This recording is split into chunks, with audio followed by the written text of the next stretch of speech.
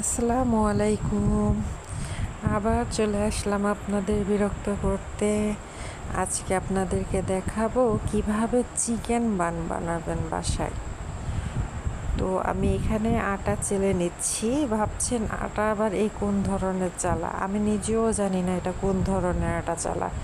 আমি বেশ কিছু ইউটিউবে ভিডিও দেখেছি যে আটা বাটি কিংবা গ্লাস এসবের ভিতরে নিয়ে চালানের ভিতরে দিয়ে চাললে খুব সুন্দর তাড়াতাড়ি চালা হয় এবং আশেপাশে ছড়িয়ে ছিটিয়ে যায় কম। তো আমি আজকে ট্রাই করে দেখব আপনাদেরকে সাথে নিয়ে, তাই এই চেষ্টা, দেখি কি হয়। তো অনেকক্ষণ যাবৎ ট্রাই করছি। হ্যাঁ, চালা হচ্ছে না বললে ভুল হবে, কিন্তু খুবই স্লোলি, এত স্লো যে কি বলবো, আমি বিরক্ত হয়ে যাচ্ছি। আমার আবার ধৈর্যও কম, আর তাছাড়া আমার সময়ও কম। আমি যে কাজটাই করি ঝটপট করার চেষ্টা করি, কারণ আমি অলস মানুষ ভাই, সব সময় কাজের ভিতরে নিজেকে ভিজে রাখতে চাই না। তো আমি এখন বাটি সরিয়ে নিলাম, সরিয়ে নিয়ে আমাদের সে আদি এবং পদ্ধতি, আমাদের মা চাচি দাদি নানিরা যেভাবে আটা চালতো ঠিক সেইভাবে আমি আটাটা চেলে নিচ্ছি। কি দরকার ভাই এত স্লোলি? আমার কি রান্নাঘরে ভাই লেপ কেতার তোষক আছে যে আমি এখানে আটা চালবো আর ঘুমাবো? আমার তো আরও কাজ আছে, তাই না? তো চালা শেষ। আপনারা কি রাগ করছেন যে মেয়েটা এত কথা বলে কেন?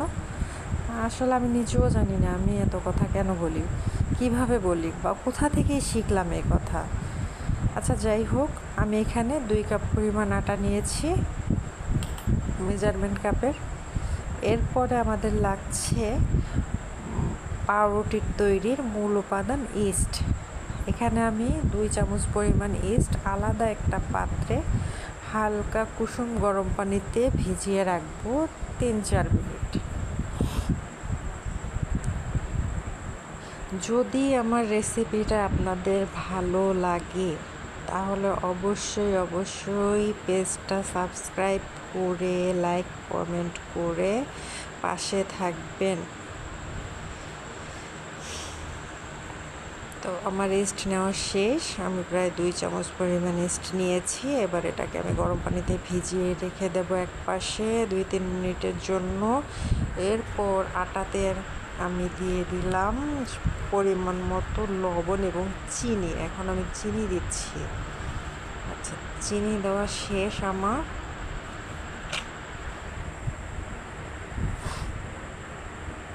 এরপর চিনি আর লবণটা আটার সাথে ভালো করে মিক্স করে নেব।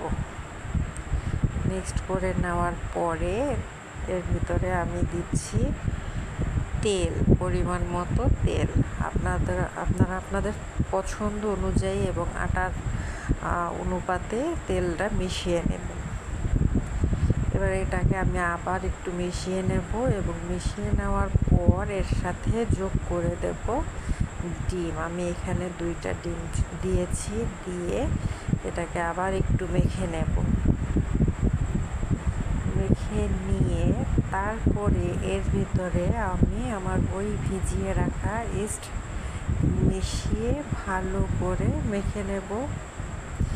মেখে তারপরে যদি প্রয়োজন হয় প্রয়োজন অনুপাতে আমি হালকা কুসুম গরম পানি দিয়ে আটাটা ভালো করে মাখাবো। মানে রুটি বানানোর জন্য যেরকম দরকার ঠিক সেরকমটা করে আমি মেখে নেব। মেখে নিয়ে আমি এই আটাটাকে 20 মিনিটের জন্য ঢেকে রেখে দেব আলাদা করে। মাখানো আমার প্রায় শেষ পর্যায়ে। এবার আমি এটাকে রেস্টে রেখে দেব।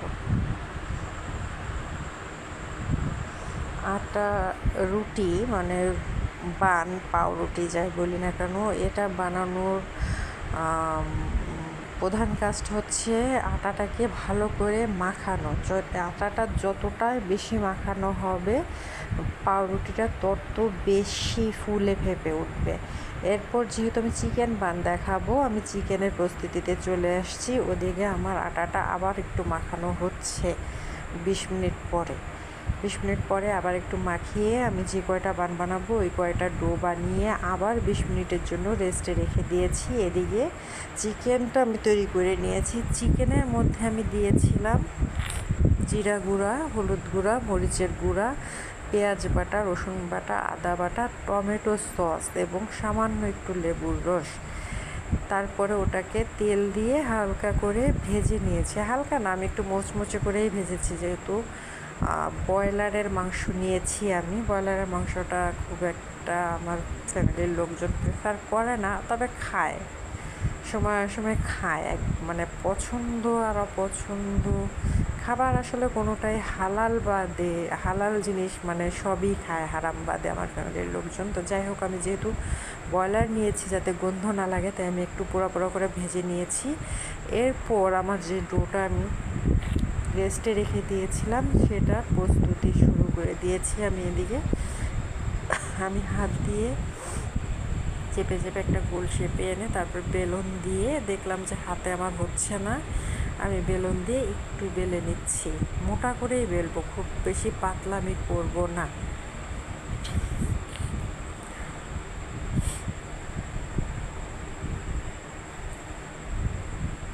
আমার রুটি বেলা শেষ।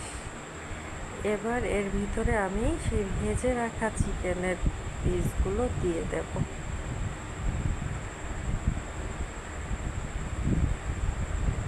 ভাজার পরে আমার চিকেনের ফাইনাল লুকটা এরকম হয়েছে।